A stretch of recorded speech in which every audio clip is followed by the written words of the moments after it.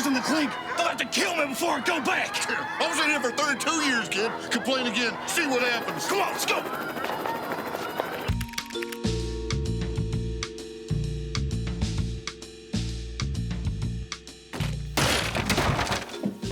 We should be safe in here. What the hell is that? It's a computer, man. Missed out on a lot of stuff since we got into prison. It's gonna tell us everything we need to know. Oh, what's been going on in baseball? I don't know, but there's no way that Hank Aaron's record could have. Barry Bonds. What the hell's the matter with his head? It's huge. Oh man, Lance Armstrong cheated. Who's Lance Armstrong? He's a biker. He's famous. OJ. Good God, man. The Cubs played 9 games at Wrigley? The future of sports sucks. Oh, man, it's nothing like the good old days. Oh, yeah, we'd like to turn ourselves back in, please. We'd rather live in prison again than in a world where Barry Bonds is a home run champion. Plus, it's your box score on movie night. Hurry up, it starts right now. Can I keys through this? I don't know a lot about sports, but I can drink a lot of beer. My motto is simple. C's get degrees. Need a long, inappropriate hug? I'm your man. I think I'm smarter than you, because I probably am. Howard Collins for box score.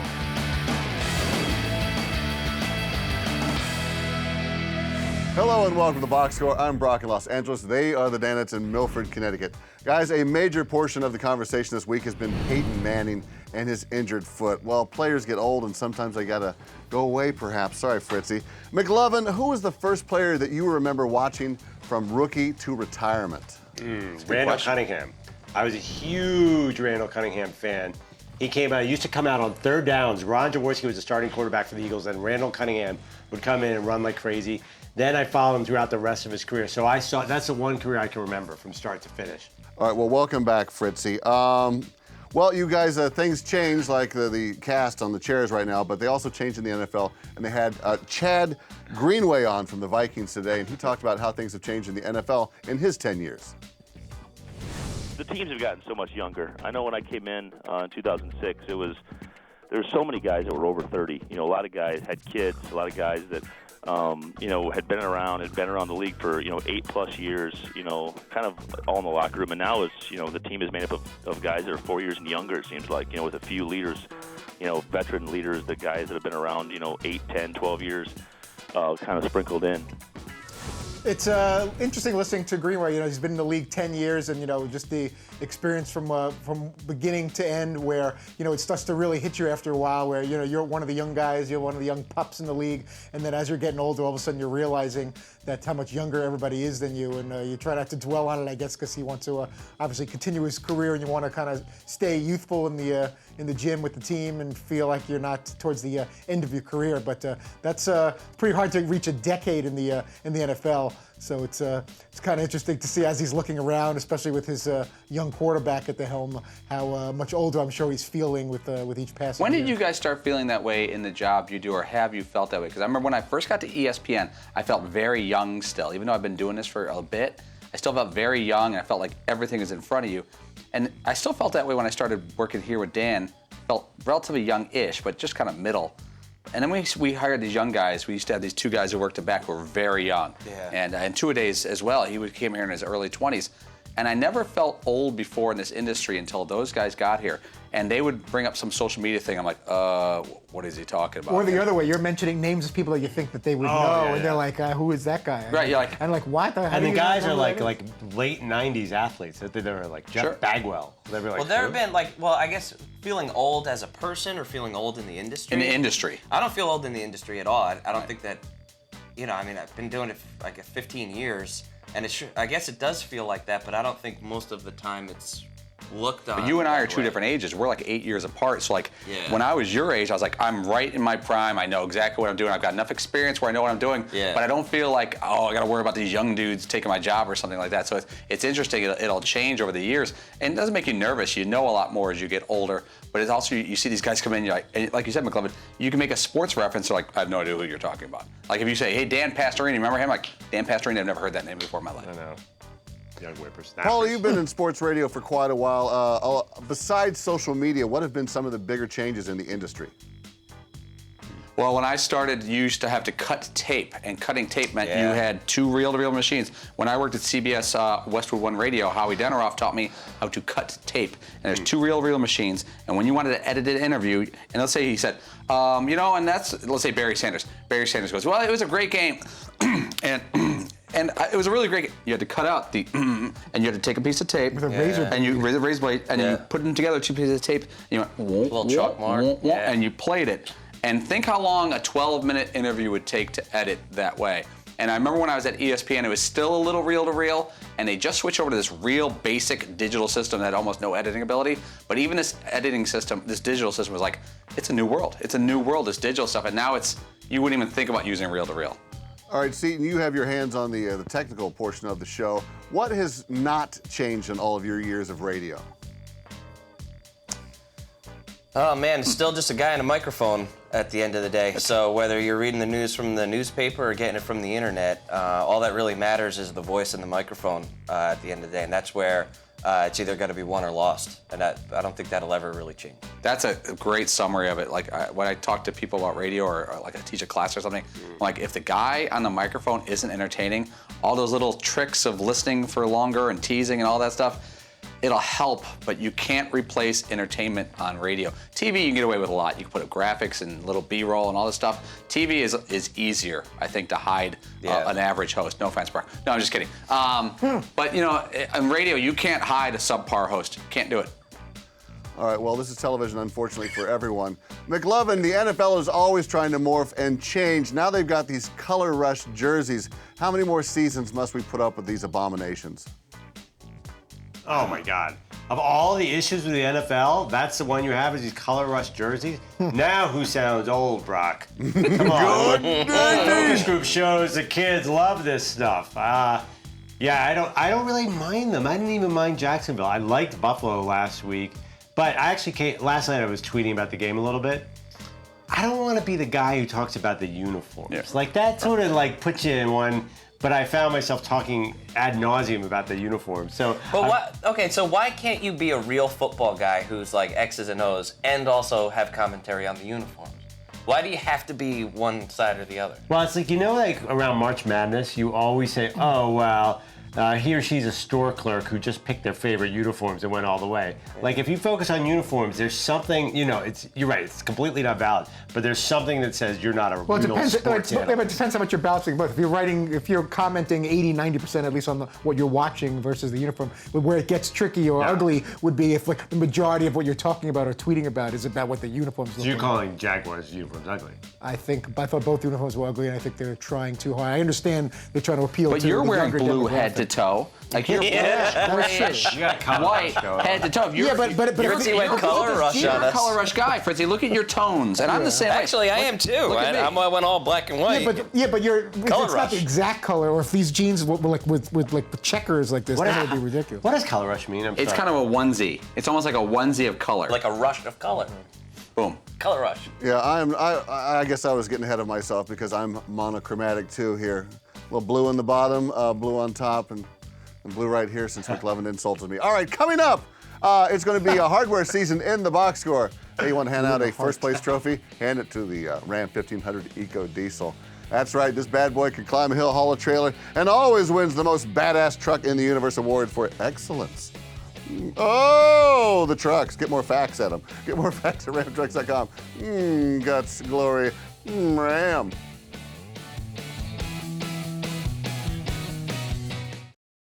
The Box Score presents Great Moments in DP Show History. First thing I do is drop down and see if Thanks for watching Great Moments in DP Show History. Welcome back to the Box Score. This week, Major League Baseball handed out the Cy Young and MVPs, and Bryce Harper, the youngest ever to win in a sweep, got the National League MVP. Now, Harper's been known to have sort of an edge to him in a sport that really prefers to have more stuffy characters. Seton, is Harper going to change the perception of these old stodgies and let them know that they need to bring some youth into the sport? Man, that's an interesting question. Bryce Harper, he's sort of a lightning rod for attention because he was hailed as like the greatest player ever when he was 16 or 17. So he's got a lot of expectations, and then on top of that, being a little edgy and younger, maybe with a little bit of ego that doesn't necessarily sit right with the veteran players. Certainly got an uphill battle, but this is definitely one way to start notching that down a little bit and building himself up towards those expectations for sure. All right, McLovin, on the AL side, Mike Trout, since 2012, has finished in the top 2, but he was edged out by Josh Donaldson. Who do you think is the best player in baseball? Wow. You know what? I'm going to go against the grain. I think Bryce Harper is the best player in baseball. Whoa! He did not. That is so grainy right there. That is so No, grainy. everyone thinks it's Trout. Unanimous Everyone NL says MVP. Trout. Mike Trout. I know Mike Trout's got the numbers, but Dan brought up an interesting point. You got to consider who Trout has around him. So therefore, I think Harper has a little bit. He's a lot younger. Has a little bit of a more upside. Did any of you guys find it interesting that, like, at least on the NL side, that none of the top guys were postseason players, that they kind of threw that out the window to voters? It was like Goldschmidt and Votto were behind Bryce Harper, and not one of them were in the playoffs, yet they were the top 3 MVPs. The whole, can you be an MVP and your team doesn't even make the playoffs? Yeah, actually, I didn't find that interesting at all. You did not find that interesting. Okay, back to you in the studio. Well, Paulie, the Cubbies were in the postseason. Chris Bryant taking home Rookie of the Year, and Jake Arrieta took the Cy Young. Does that mean anything to the Cub fans, or do they want the World Series trophy? World Series, there's no doubt. I don't care. Doesn't it actually make it worse? Yeah, it makes it worse. It does make it worse, Seton. It actually makes me think. I said before, I would bet money that the Cubs don't make the playoffs next year, and they should. I think they're the favorite to win the World Series, which I don't know if they've been a Vegas favorite to win the World Series in my lifetime. This is perfect what happens to the Cubs. Hope, close, striking distance, everything's in place, and then it goes away. So I would not be shocked at all if Arrieta has issues. I lived through the Wood Pryor era, man. This is nothing. All right, Fritzy, out of all the individual awards in sports, which one would you most want? I think I would most want MVP probably. Cy Young, you're dominant in it, but you're still only pitching every 4 or 5 days. Rookie of the Year is nice, Manager of the Year and all that, but Gold Gloves, a whole bunch of people get that, and Silver Sluggers and things like that. But MVP to be considered the best player or the most valuable in the entire league, whether it be Wouldn't AL you or NL. rather have World Series MVP or Super Bowl MVP over a season MVP? Nah. Really? Nah. Well, I know it's hold gonna up. Yeah, okay. To be considered the best player of the league in the entire How often do year. you lose the World Series or the Super Bowl and win MVP? Probably not. So you're actually getting 2 trophies out for the price of 1 with that. Well, but let's say your career. Yeah. And you're a hero. Yeah, but Santonio Holmes won the Super Bowl MVP. Yeah, He but was a very good player. Yeah, but wouldn't you rather be Dan Marino than Santonio Holmes? Not me. No way. I don't know. No way. Winning is everything. Yeah. Winning is everything, man. I would hate to play my entire career without winning a Super Bowl. I mean, if you said I could win a season MVP, which means at one point I was the best player on earth in my sport, or I could be a good player but has one of those days. Right. Like not Richard Dent, but like Dan Marino always has to talk about, man, what happened, if only. And instead, Santonio Holmes can always be like, hell yeah, remember that time that I did that? Remember Yeah, when that was awesome. I won the Super Bowl for my team in my city with my 2 feet, my hands. I bet you if we did the poll on Monday, I agree with you. I think you're right. I think you're right, but those people are weak. Yeah. I think a major oversight was not wanting to go with the Intercontinental Heavyweight Championship, and you beat Macho Man right there in Madison Square Garden and take away the beautiful Tito Santana. How about him? Yeah. Arriba. All right, stay with us, Arriba. please. There is a rumble in the streets of Milford. Arriba!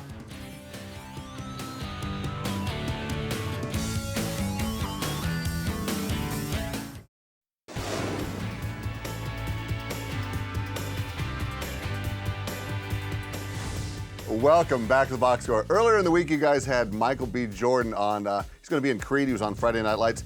Even though he was pretend fighting in Creed, I think he could probably beat the crap out of all of us. So, with that being said, if you guys were to end up in a World Star hip hop video about ready to get the crap beaten out of you, what in-studio guest would you want standing next to you to defend you? Well, we asked you, you told us, we taped it. Let's find out who you said. We did?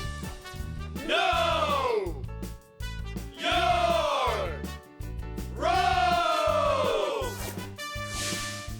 let's begin in the back row. McLovin, who would Fritzy want with him in a street fight?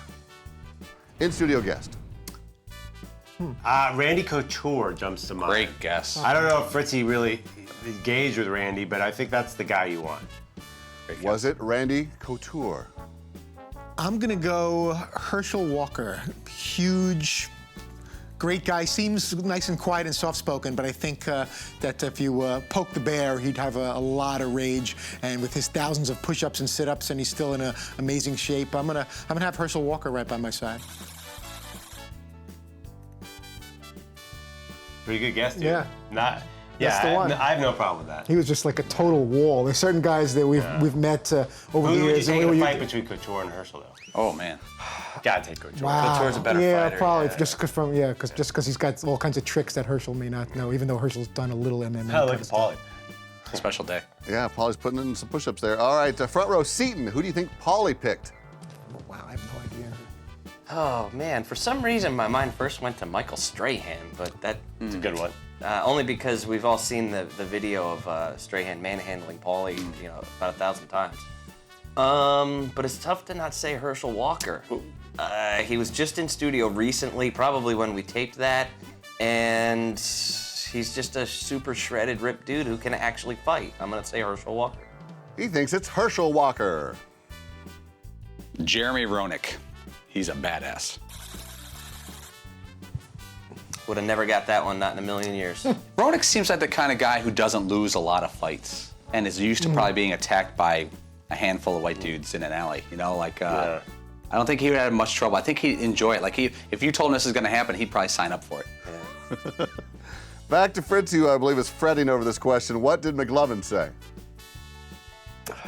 I'm gonna probably steal McLovin's. I didn't even think of Randy Couture. I was just thinking Herschel Walker. A lot of the other guys, they may be, jacked and everything. But Can you go with someone who wasn't mentioned already? I would suggest that. Yeah, but like Terrell Davis. Davis was like built like an a lot of guys are like they're all built and muscular and everything, but they're like running backs. I don't remember having any boxers in studio recently. Although we almost booked someone's son, George Foreman's son. That wouldn't count, which would have been a horrible mistake on my part. So that being said, I'm gonna go Randy Couture. I was gonna Kyle Dake. I don't know what a fighter is. He's a wrestler. Yeah, he thinks it's Randy Couture. Oh, man. I'm going to go with Takeo Spikes just because, let's face it, those traps walk into an alley, you've won the fight already. You don't even need to follow through because the other team is just running away. So funny. Yeah. Who on earth would, I mean, seriously, like the question was who you want by your side in a fight. Fight's over. Takeo just takes off that jacket and you see those freaking traps. I don't know if there's a more intimidating looking human. Yeah. Like if you don't know anything about him and he just walked towards you, I would run for my life. Yeah, definitely. I just peed my pants watching that video. All right, and finally, Paulie, who did Seton choose? I'm going off the board here. I've got two choices. I'm going to give you my rationale. First is Jim Parsons. Now, Jim Parsons is not a fighter, not a tough guy, but he would engage these people. He's so delightful to be around. All these guys who are ready to kick Seton's ass would all of a sudden just be falling all over themselves. Hey, say Bazinga! Yeah, say Bazinga. Oh, you're so charming, Jim. Next thing you know, they'd be all going out to like a nice brunch or something. Now, I'm going to go way off the board and go with Chrissy Teigen. First of all, because that's Seton's most common answer to anything. Oh, get distracted. And because, why would any dudes want to fight when Chrissy is there? They all just want to talk to her, similar to Jim. And Seton either could go out to brunch with them or just run for his life. Yeah, as the peacemaker, Chrissy Teigen. I love Chrissy Teigen. Oh, man. We had Herschel Walker in, and he's an MMA fighter now, and he's beyond shredded. And if you watch him on TV, he can kick some serious ass. I'm gonna go with him. I was close. Yeah, Herschel Walker seems to be the common theme here. But if Herschel Walker walked in and Chrissy Teigen stand there, he'd be like, hey, hi. Yeah. You get all sheepish. Yeah, that's true. All right, so I think the real question then, Brock, is if there was like a 4-team battle royale, who's coming away the winner here? Who you like? Out of that whole group? Shredded, scary dudes. Yeah, I'm going to go with the pairs. Yeah, McLovin and Takeo Spikes, but they go against Paulie. Paulie folds like a cheap suit, but they knock Roenick in the chin so much that their hands break, and then it's considered a draw at the end. We going with that? Nice. Well, no row wins, and probably that answer doesn't either. All right, don't go away. We're going to resurrect You're less decisive something. than Fritzy. Yeah. We're going to make someone feel better about themselves. But first, this is the box score. We're taking a break to remind you that the Ram Heavy Duty, with its best-in-class towing, torque, and horsepower, doesn't need one. Get more facts at ramtrucks.com. Guts, glory, Ram.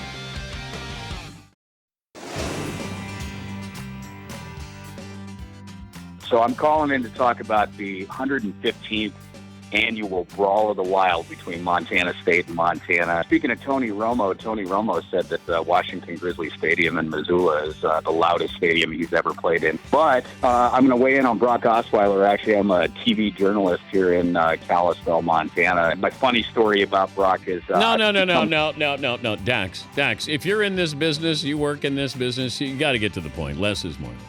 Oh, we are closing up shop here in the box score for Dax and a story about Brock Osweiler. Here are the remains of his call and whatever the hell was going to go on with that story.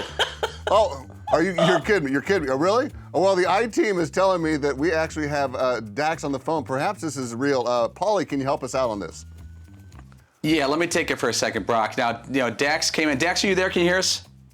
Yeah, dude. Dax in Kalispell, Montana, Whitefish area. He's a media professional. Now, Dax, I'm going to recap what I thought happened here. I thought you came in strong. You brought up something that's close to my heart, Montana versus Montana State Brawl of the Wild. A little obscure nationally. You're a first-time, long-time. So I think you had a lot to get to. And you started out strong, and then when your Romo story kind of wavered, and then you tried to save it with the Osweiler story, and it went off the rails. Is that a fair estimate? I think that's a pretty fair assessment. I've set an egg timer here so I don't run over this time. How much did it hurt when Dan dropped the line, you're a media professional, you know you're going too long or something like that? Well, I got to tell you, as somebody who wrote a paper on Dan in college doing journalism, that didn't feel awesome. I mean, it's one of the more brutal takedowns I can remember Dan having, and I think it's because it's like Friday. We all feel like it's actually Saturday, and I'm not sure that we're incorrect on that actually. But so how did you hear it? Were you listening on the radio? Did you hear it just like everyone else did, or did people have to tell you that it happened? No, well, both. I had it on the television as well. So, but you know, he's not wrong. You need to keep it short and to the point. And I should have never thrown Tony Romo in there. But you know what? Tony Romo was a buzz topic. Yeah. I see where your head was at. A lot of info at once. But let me ask you something. Did you get any response from your friends in the Kalispell Whitefish area? Yeah, they were really similar to how we started this conversation. It was, dude. Right. Now, here's the thing. Going forward, do you want to redeem yourself with a call next week, or are you going to let it breathe, let the bodies settle, and then call back maybe in a month? What are you thinking? Oh, I can take a joke. I think you got to get right back up on that horse. I think you do. Give it a shot. In Montana, you got to get on the horse. McLovin, your thoughts? You're a journalist. Well, first question, is Osweiler a legit 6'7"? Don't give away your story, save that. But is he really 6'7"? We had a debate on this. Or is he? Well, I also, when I was at the University of Montana, and I hope I'm not going too long here, Wayne Tinkle was the assistant coach for the Grizzlies, and he's now the head coach at Oregon State. But he's probably 6'9". It was the same thing with Brock, where you had to get them to sit on a bench that was lower than you, so you could be eye level with them to interview them. All right, Dax, you're flirting. Wayne Tinkle. You're doing Wayne Tinkle. Fritzy almost went to the bathroom. Mountain time there, pal. Jeepers creepers. Hey, buddy, I'm glad you called in. Try that again. No, you're a man. We're gonna get that Osweiler story someday. That's your white whale. And call back in next week. But good luck, Dax, and go Grizz. Even though I'm rooting for Montana State, it's a great game. Thanks, guys. Back to you, Brock. See you later, man. All right, man. All right, that was riveting. Dax, you put an exclamation point on this show, but the real one comes right now. Fritzy, who is on next week? Shaquille O'Neal, Derrick Henry of Alabama, Heisman favorite right now, and the NASCAR Sprint Cup champion will join us as well. What's his name? Monday. Derrick Henry. No, the sprint country. Oh, we don't know who the winner is just yet. We're going to find out over the weekend. But it's one of four. Could be Jeff Gordon. But it'll be the Could be Martin 2015 Truex Jr. NASCAR Sprint Cup chase for the Sprint Cup champion. NASCAR. With Derrick Henry and Shaq. Thank you, gentlemen, and thank you, Dax, for calling in and reincarnating that call for us. We're very thankful to you, brother. Take care. Have a great weekend. I don't know a lot about sports, but I can drink a lot of beer. My motto is simple. C's get degrees. Need a long, inappropriate hug? I'm your man. I think I'm smarter than you, because I probably am. Hey, thanks for watching the box score. Holy cow!